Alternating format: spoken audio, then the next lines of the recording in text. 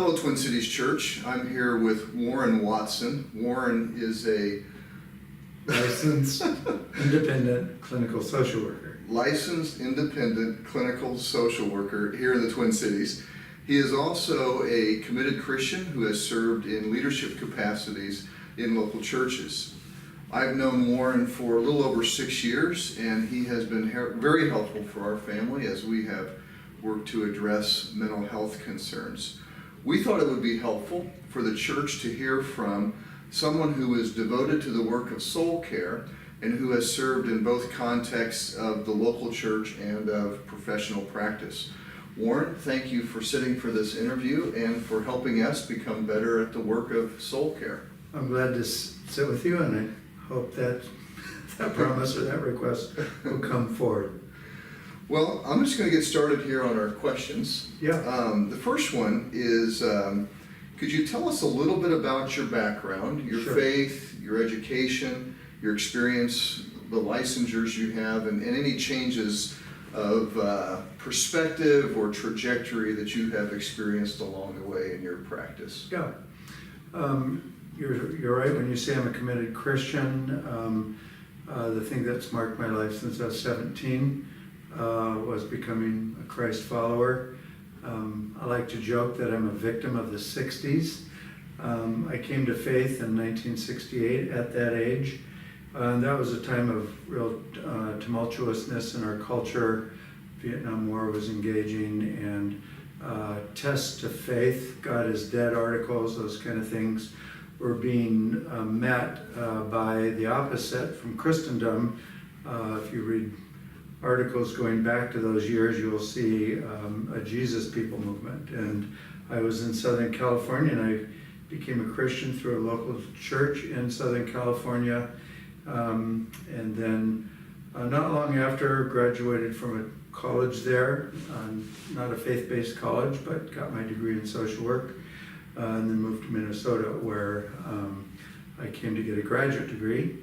I also met the then young woman who is about to be my wife of 44 years coming in September. But I got a degree in social work. A very confusing thing for many people is that in the state of Minnesota, there are 4 licenses that allow people to diagnose and treat mental illness, and clinical social worker is one, psychology is the other, professional counseling and marriage and family therapy round up the other 2 other disciplines. So we can all diagnose and treat. I worked in numerous secular settings, but ultimately became licensed when I first got my graduate degree. It did not come with a license. License for social workers didn't come to Minnesota until 1989. And at that time, became licensed. I'm licensed number 451. Now people are being licensed in the 40,000s. That may give a little bit away about my age.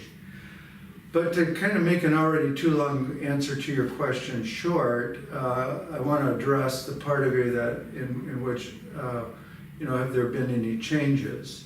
Because I've been a Christian all my life, I've always struggled to answer the question, how do I integrate faith with the secular psychology or the secular teachings of a clinical worldview together? And part of the reason I left the secular clinical world is because increasingly, I'm just going to use the term psychology to cover those 4 disciplines. Increasingly, psychology has become antithetical to Christendom. And by that I mean increased hostility to people who have overt and outstated faith, and increasingly embracing what I call a mechanistic view of the human condition, reducing us to brain function and chemicals and those kind of things. There's realities in all of that, but then just some embracing of other faith communities that are antithetical to Christendom. And so ultimately, through some training in a pastoral training institute, not formal, not like a seminary or anything, but an institute created by a young man who had great teaching capacity. For 3 years was a part of a pastoral training institute that was principally informed by Calvinistic or Reformed theology. Okay. Ultimately began to help me answer the question how to integrate faith and psychology. But ultimately, as all of that was coming together in 2013 or 2012, a friend of mine asked me to leave secular psychology, and he would help fund a not-for-profit, now Deep Haven Counseling Center.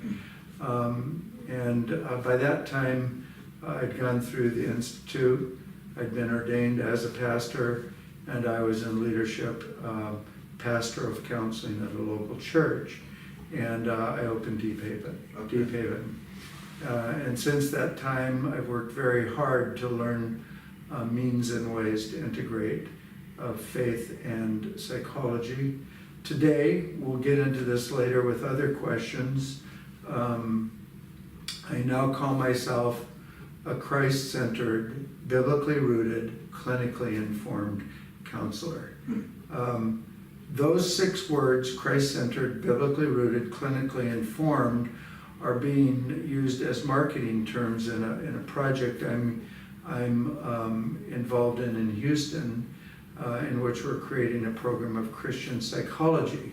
So in attempts not to be confusing to the listeners, we're talking about words like clinical, social work, professional counselor, psychology. Henceforth, when I'm using Christ-centered, biblically rooted, clinically informed, I'm also will use that interchangeably with Christian psychology. And Christian psychology is sort of the method and now a program in which this integrated worldview that we're talking about, how to integrate faith and a clinical worldview, is now all being summarized henceforth in this conversation as Christian psychology. Okay. So hopefully people aren't more confused, and I'm hoping people are less confused. So, what is your perspective on the state of, Christian psychology has a very specific definition that you just explained, but what is your perspective on counseling in general by Christians in local churches, formal, informal? Where do you see things are at as a whole? Because I do try to address most of the things in my life and questions like this from a biblical point of view, I really do believe what one Christian writer said, is that when almost any time 2 Christians get together, peers, a man, a woman, couples going out, small group, there's always a high likelihood that counseling is going on. The counsel of the Holy Spirit is active. It's never rest. We have a 24/7 opportunity to be moved by the Spirit. You and I can be having a conversation over coffee, and I don't particularly think I'm seeking counsel from you, but you can say something to me that all of a sudden the Holy Spirit uses like, yeah, that's true. So in a very informal way, counseling can be happening all the time amongst Christians. The Bible says that wisdom is found in an abundance of counselors.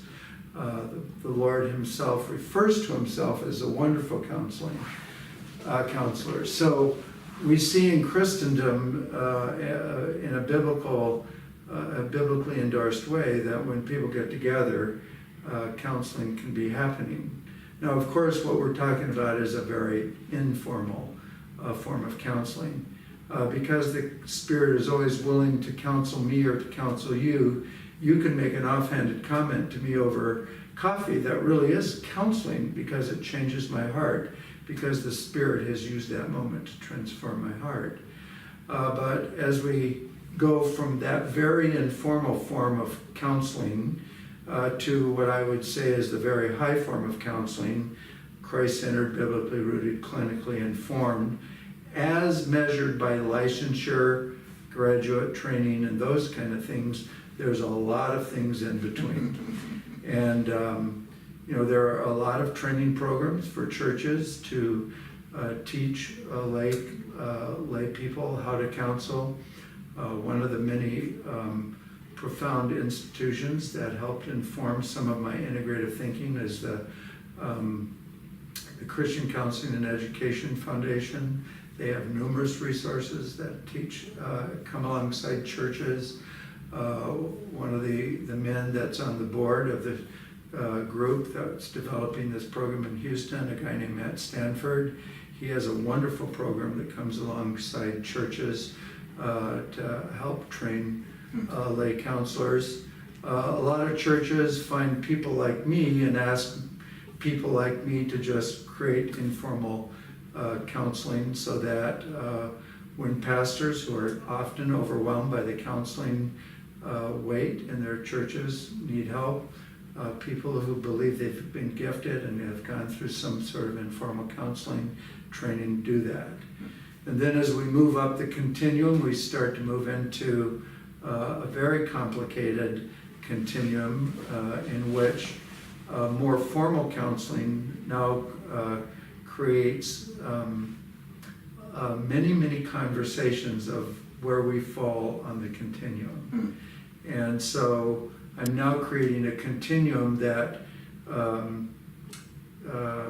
we hope has a richer training and experience by those being trained to do more formal counseling.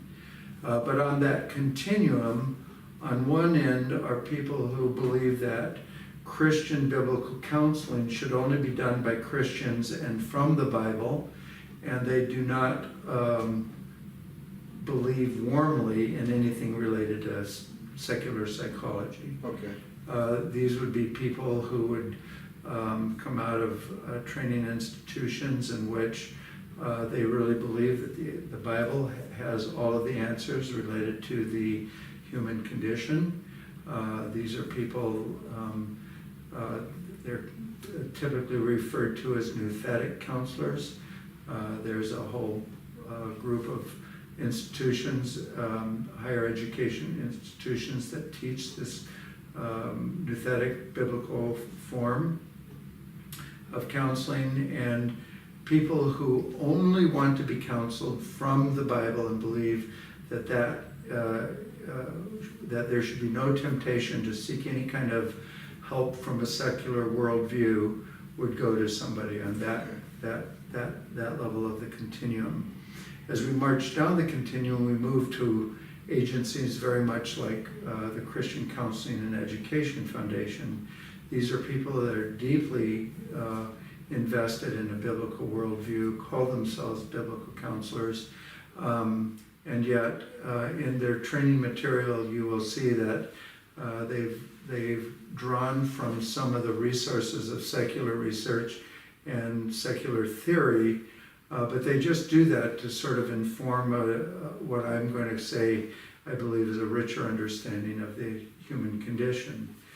But they don't call themselves integrationists. They basically say they're biblical counseling, and they've wondered about any kind of wisdom secular theory or research can add. Okay. But then we get into the side of the continuum where people call themselves integrationists, and Christian psychologists would call themselves integrationists. But now we get into a very confusing array on that side of the continuum, because there's a lot of people who call themselves integrationists. They say they're Christians, they have a training, they have a license, but unless you interview them with great specificity, you could find yourself talking to somebody who's really not a Christian, but they're warm to faith and they're accepting of a person's faith. But they really have no particular faith focus themselves, and they clearly wouldn't know how to use the Bible. They're on the farthest end of this continuum. closer to where CCEF is, but moving towards that very weak integration is what Christian psychologists call themselves. We call ourselves strong integrationists, and that strength is summarized in those 6 words that demonstrate sort of a descending value of how we integrate. So Christ-centered. When I meet with you or anybody else, I'm of the assumption that they want Christ to be seen as the ultimate healer. Part of my assessment is, am I working with somebody who calls themselves a Christian and agrees with Christ as the principal healer? I'm just going to act on the assumption right now for this conversation that the answer is yes. At that point, I know that I can start pulling in Bible, regardless of if they have a strong theology or not, because if they really do believe that Christ is the ultimate healer, they're probably not going to argue a lot with me about some of the biblical worldview. But most of the people that I see come from churches and faith communities that very much want an integrated view in which the Bible is a principal focus and is the means by which we understand the human condition, mostly from the standpoint of sin and suffering. Where I bring in, or where strong integrations bring in secular psychology, it's mostly from what I call a naming and framing the human condition. Nobody, I suppose, in your congregation has never used the word depression or anxiety. These are culturally affirmed words that everybody understands. Those 2 words are actually used biblically, and so they're not antithetical to biblical stuff. But secular psychology has spent the last 100 years researching the human condition, creating tests and assessment to understand what's going on. When they think they hit something, they name it, they diagnose it. And so we have words like clinical depression and clinical anxiety. We have theoretical constructs like trauma and focus therapy. We have fancy words like projection and projective identification and reaction formation. These are all words that come out of secular psychology that if somebody like myself is thinking them or using them, they're always submissive to a Christ-focused, biblically informed worldview, and how I integrate them, or how Christian psychology integrates them, as these are helpful in helping us understand the human condition.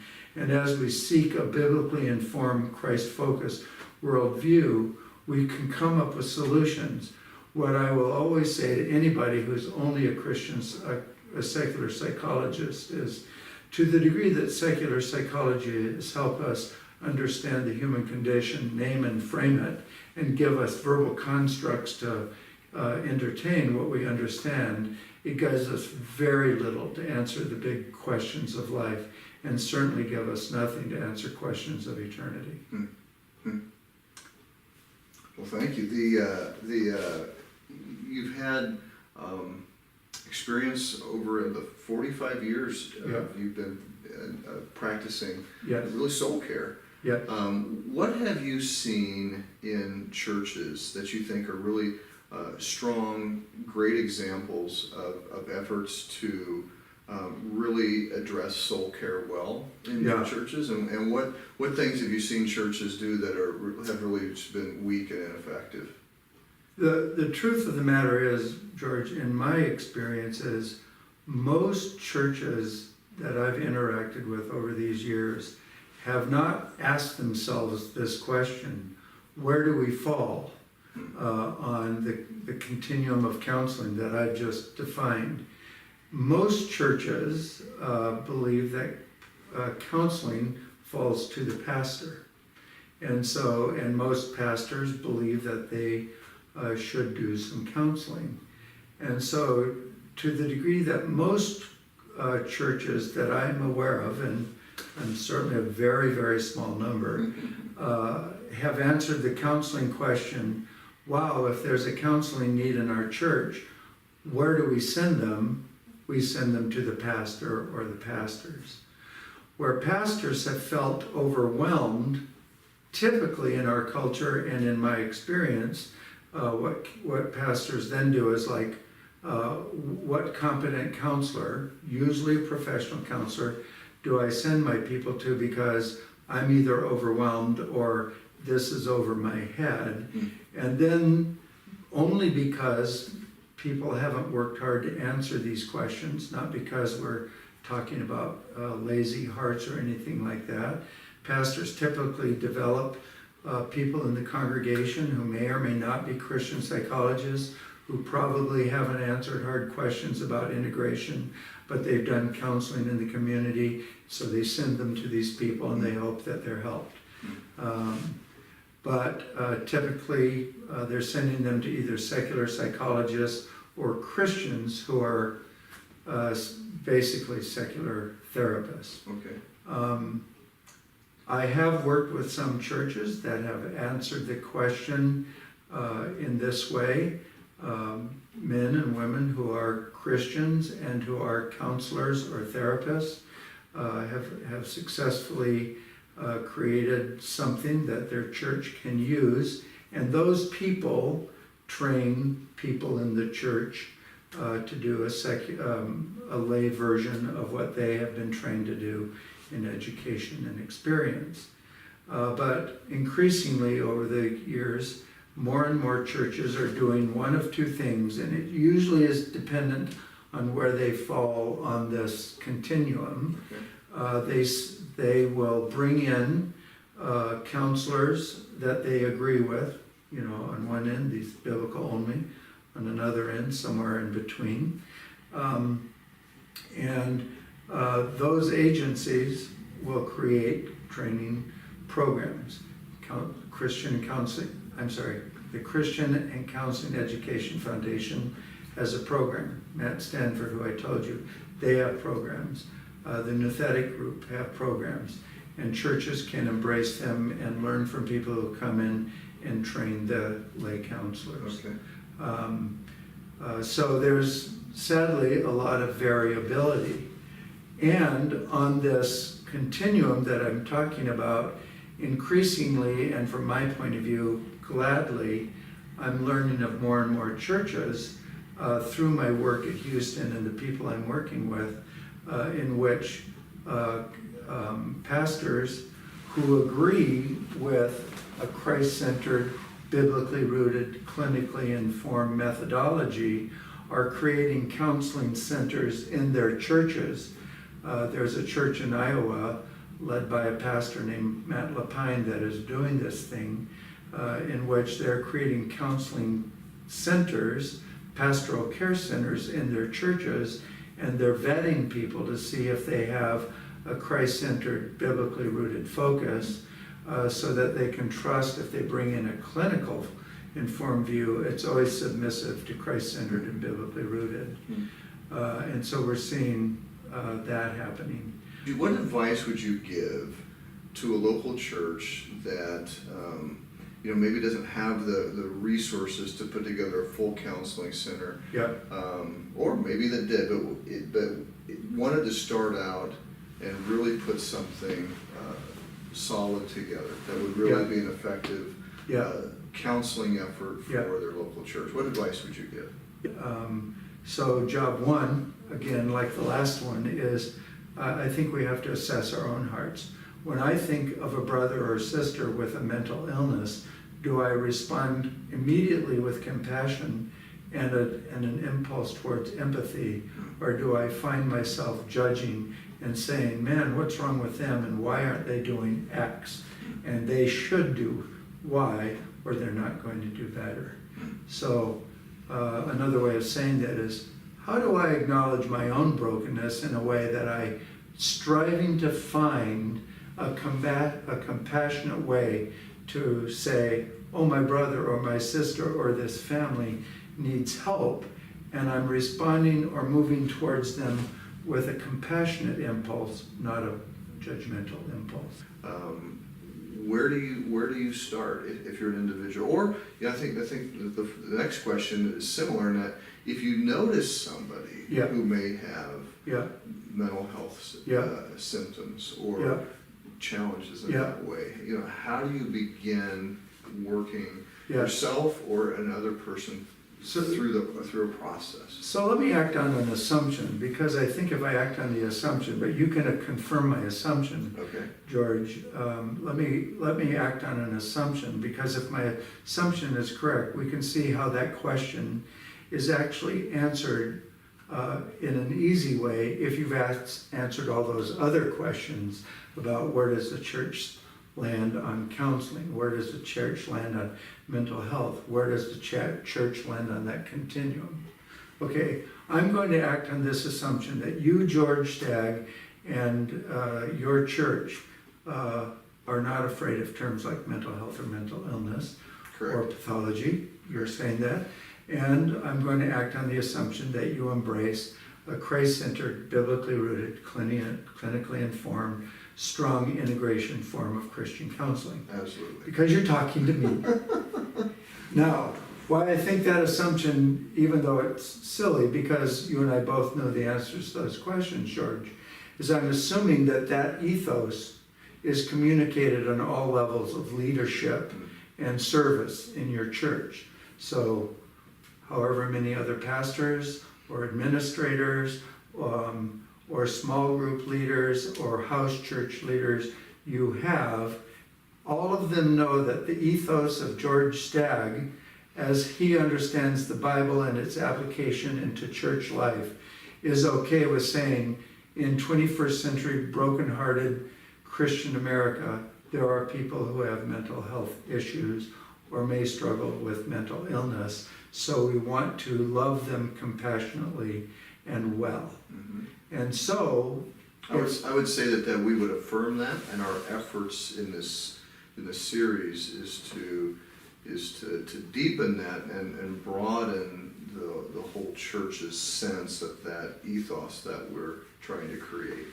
I wouldn't say that we're there yet. Okay. But that's where we're working towards. Well, I'm glad that is a heartfelt attempt, because another way of saying what we're saying, George, is you're creating an environment, a life-on-life Christian environment of safety for people who struggle with mental illness. Mm-hmm. So if I'm going to small group and I think I'm struggling with a serious anxiety that's getting in the way of functioning, or I'm struggling with a relationship with my wife, or I realize something's happened that's triggered a post-traumatic memory of my childhood sexual abuse, I'm going to be in a church where I can feel safe about all of that. And so I go to my house church and I pull the house church leader aside after we've done our house church activities and we're having coffee and tea, and I say to my house church leader, can I pull you aside, can I ask you something, or can we go to coffee because I need to talk to somebody? And then the house church leader says, of course. And then I say, I think I'm struggling. And from there, we begin to triage what kind of help we need. We've answered these questions about where we are on the continuum. We've answered these questions on what kind of help we value. And we have resources either in the church or outside of the church where I can get help, because I've been in an environment where the ethos has been communicated clearly and in such a way that I know I'm safe and I can go to somebody and say, I need to talk. Yeah. And I hope you're hearing the language. When we act in fear and prejudice, we say, what are you doing? Why are you doing this? And why don't you go get help? Yeah. But when we realize that's the log in our eyes, that's our own fear about mental health, if we can change that to, I wonder what's going on, then we approach the person not with compassion that looks like, hey, what are you doing? Compassion is usually in the form of questions like, hey, bud, I'm worried about you.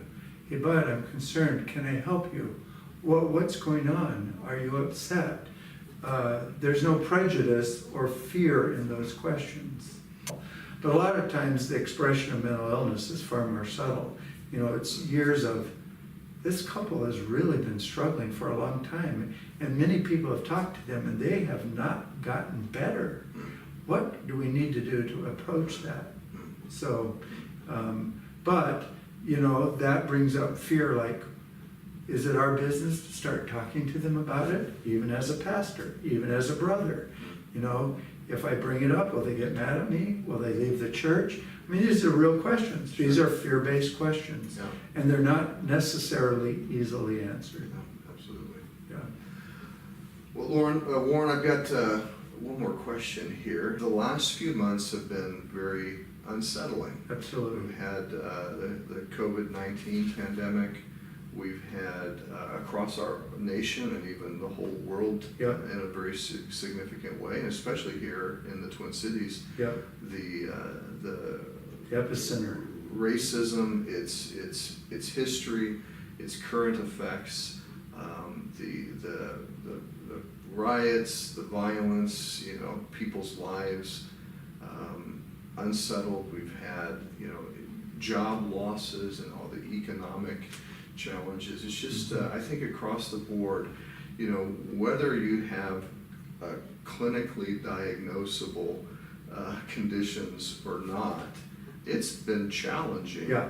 to maintain a steadfast, sober-minded approach to Yeah. life. You know, I think we're increasingly fearful, we're increasingly anxious, we're Yeah. increasingly unsettled, we're increasingly distrusting. Yeah. You know, and Yeah. those things have had their effects. So, just how would you speak to our current climate? Yeah. Well, I'm sure I'm going to answer that qualitatively in a few minutes. Yeah, it's a big question. It's a very big question. But I think I've alluded to some parts of the answer, George. In people's brokenness or sin, or a combination of both, it's easier to say, you need to change, than it is to look in our own mirror. I don't believe I'm prejudiced, but I come from a worldview that convinces me of that truth. It's probable that I am prejudiced, but that requires that I really ask myself, what do I need to uncover that will allow me to see my own prejudice? So if there's an opportunity for me to interact with somebody different than me, again, it's not out of fear, it's not out of judgment or condemnation or telling them they need to change. It's me saying, like, okay, I need to look at me and my fear, and I need to look at, in spite of that, I'm encouraged by the Bible to get into this man or woman's life, and I want to do it in a way that, so far as it depends on me, Romans 12:18, I want to be at peace with this person. And so, you know, I think with all things in Christian life and in counseling, you know, we start with what's going on in our own heart. You know, to what degree can I qualitatively answer, I am looking at my log, not your stack. To what degree can I qualitatively answer, so far as it depends on me, I'm trying to be at peace with all men. So far as it depends on me, to the degree that I can understand the way the Lord has loved me first, meaning when I was his enemy, he loved me and went to the cross and died for me. I can stand in front of an enemy who says, I'm going to kill you, and I'm going to say, okay. I mean, those are tall orders, but I think that's what Christendom requires, or those are the many calls to Christian conduct that say we have to start with looking at our own heart. You know, as a counselor, one of the things that I want to invoke is much of what I do in my office is by the time people make it to my office, they are believing lies that feel like truth to them. I call it their felt reality. So I can think of two women right this second who I've been working with. I'm bringing an end to long-term counseling care with both of them. Both of them were sexually abused as children. Both of them have believed the lies of shame that come with sexual abuse. And the lies of shame say this: I'm not enough, I'm good enough, I'm designed for abuse, and if I get love, it's an anomaly, it's not something I can address. I'm conscripted and designed for a life of suffering in which more abuse will occur, because my shame says that's what I've been, that's what I am, and that's what I will always be. So those are profound examples of how we all come to believe lies. And so another way of thinking about this is, what lies do I believe about myself?